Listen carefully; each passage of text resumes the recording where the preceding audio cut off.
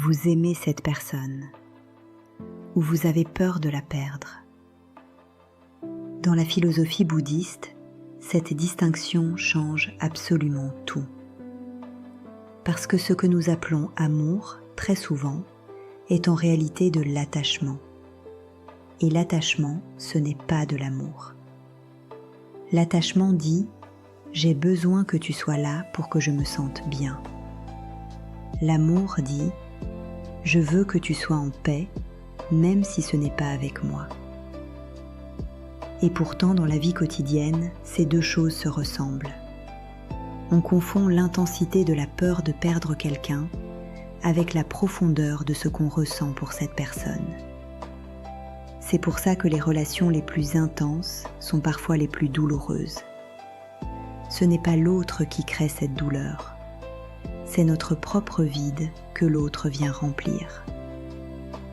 En pali, le mot pour cet attachement est upadana.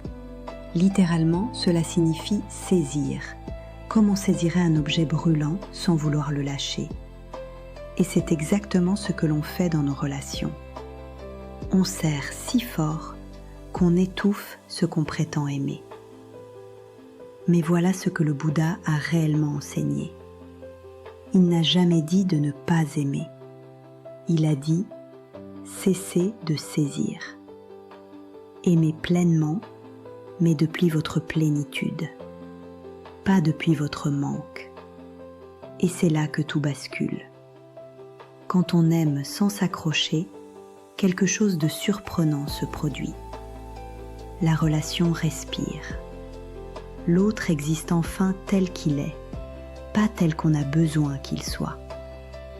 La vraie question n'est donc pas combien vous aimez, c'est depuis quel endroit vous aimez, depuis votre paix ou depuis votre peur. Dites-moi en commentaire, est-ce que cette distinction vous parle ?